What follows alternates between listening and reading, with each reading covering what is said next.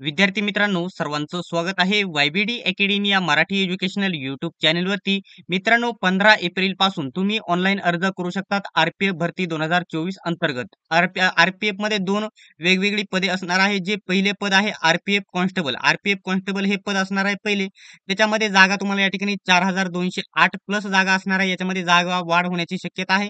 त्याच्यानंतर दुसरे पद आहे एसआय सब इन्स्पेक्टर हे पद असणार आहे. त्याच्यामध्ये 452 प्लस जागा असणार आहेत.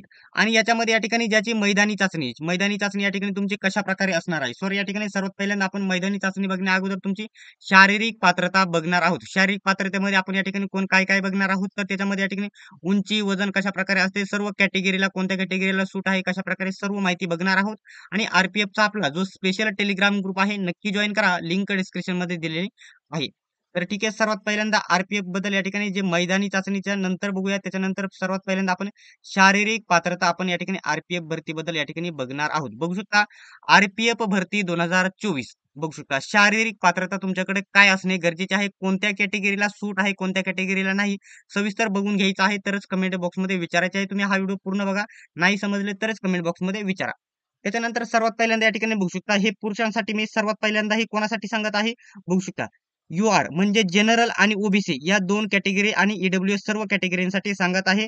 ज्या ऑदरच्या सर्व आहे एससी एसटी सोडता ओबीसी UR आणि ऑदर सर्व आहे त्यांच्या कॅटेगरीसाठी मी सांगत आहे सर्वात पहिल्यांदा. त्यांच्या ठिकाणी जनरल आणि ओबीसीच्या ठिकाणी मुलांसाठी उंची किती हवी आहे, तर बघू शकता पोलीस भरती प्रमाणेच येथे 165 उंची त्यांना असणे गरजेचे आहे.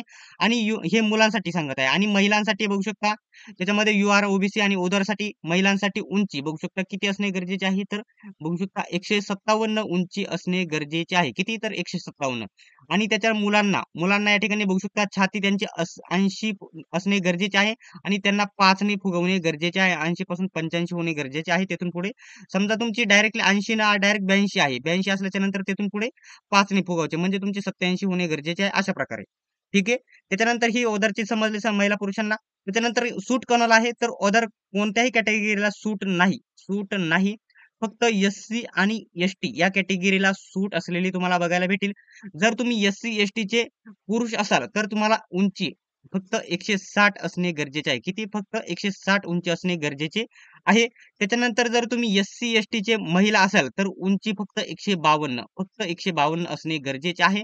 आणि येथे छातीमध्ये देखील सूट देण्यात आलेले एससी एसटी चे या ठिकाणी पुरुष जर असाल तर बघू शकता, तर छाती या ठिकाणी 76.2 असणे गरजेचे आहे. त्याच्यानंतर तुमची या ठिकाणी 5 फुगवणे गरजेचे आहे. किती बरोबर तिथून पुढे 5 फुगवणे तुमचे गरजेचे आहे.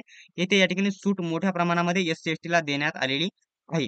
तर एवढीच तुमची शारीरिक पात्रता आहे. या ठिकाणी हे दुसरे आहे गोरखास डोगरास, हे वेगवेगळे यांची आपल्या महाराष्ट्रामध्ये नाही, त्याच्यामुळे मी ते सांगणार देखील नाही. फक्त एससी एसटी चे हाईट सूट आहे. बाकी सर्व या ठिकाणी हाईट या ठिकाणी बघू शकता ही UR आणि ओबीसी मुलांना 165 आणि महिलांना 157. आणि जर एससी एसटी असेल तर मुलांना 160 आणि महिलांना 152 आहे. आणि छातीमध्ये या ठिकाणी सूट असलेली तुम्हाला बघायला भेटेल. आता शारीरिक पात्रतेमध्ये जर तुमचा कोणताही डाऊट असेल तर कमेंट बॉक्समध्ये नक्की विचारायचा आहे.